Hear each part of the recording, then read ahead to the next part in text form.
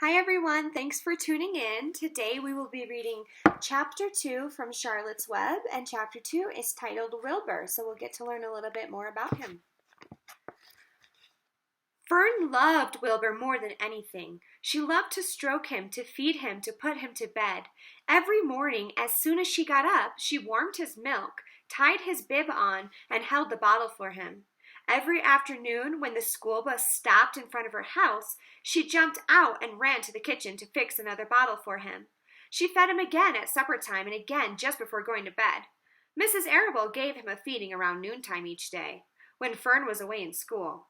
Wilbur loved his milk, and he was never happier than when Fern was warming up a bottle for him. He would stand and gaze up at her with adoring eyes.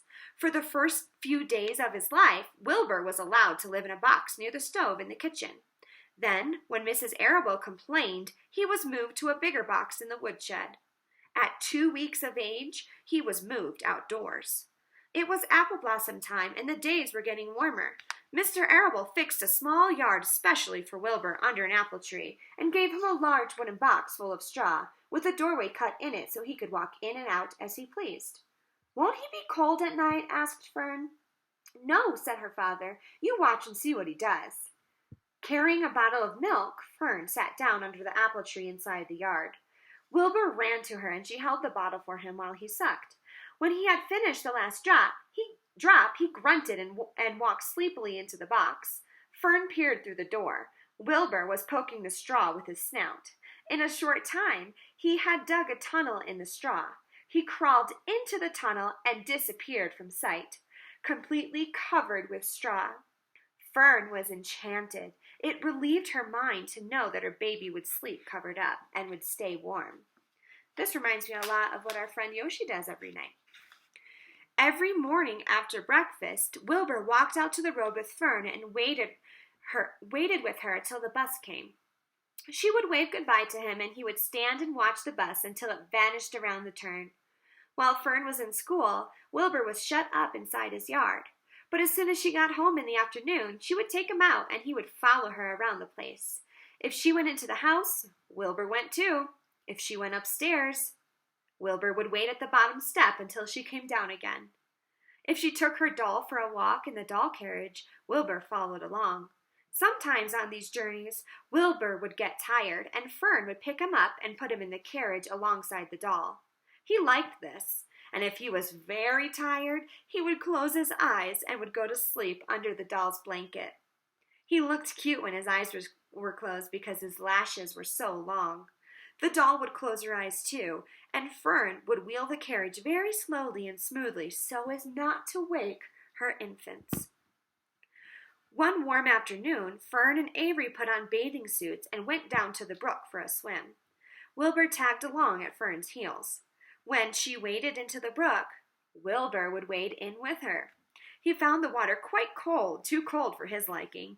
So while the children swam and played and splashed water at each other, Wilbur amused himself in the mud along the edge of the brook, where it was warm and moist and delightfully sticky and oozy. Every day was a happy day, and every night was peaceful. Wilbur was what farmers call a spring pig, which simply means that he was born in the springtime. I guess I'm a spring pig too. When he was 5 weeks old, Mr. Arable said he was now big enough to sell, and he would have to be sold. Fern broke down and wept, but her father was firm about it. Wilbur's appetite had increased. He was beginning to eat scraps of food in addition to milk. Mr. Arable was not willing to provide for him any longer. He had already sold Wilbur's 10 brothers and sisters. "He's got to go, Fern," he said. "You have had your fun raising a baby pig, but Wilbur is not a baby any longer, and he has got to be sold." "Call up the Zuckermans," suggested Mrs. Arable to Fern. "Your Uncle Homer sometimes raises a pig. And if Wilbur goes there to live, you can walk down the road and visit him as often as you like." "How much money should I ask for him?" Fern wanted to know. "Well," said her father, "he's a runt. Tell your Uncle Homer you've got a pig you'll sell for $6 and see what he says." It was soon arranged. Fern phoned and got her Aunt Edith, and her Aunt Edith hollered for Uncle Homer, and Uncle Homer came in from the barn and talked to Fern.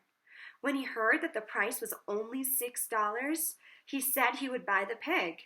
Next day, Wilbur was taken from his home under the apple tree and went to live in a manure pile in the cellar of Zuckerman's barn. That's the end of short chapter 2. Do you think Wilbur's going to be happy in his new home? How will Fern react not having Wilbur in her care anymore? Tune in tomorrow to see what happens next. Have a good day.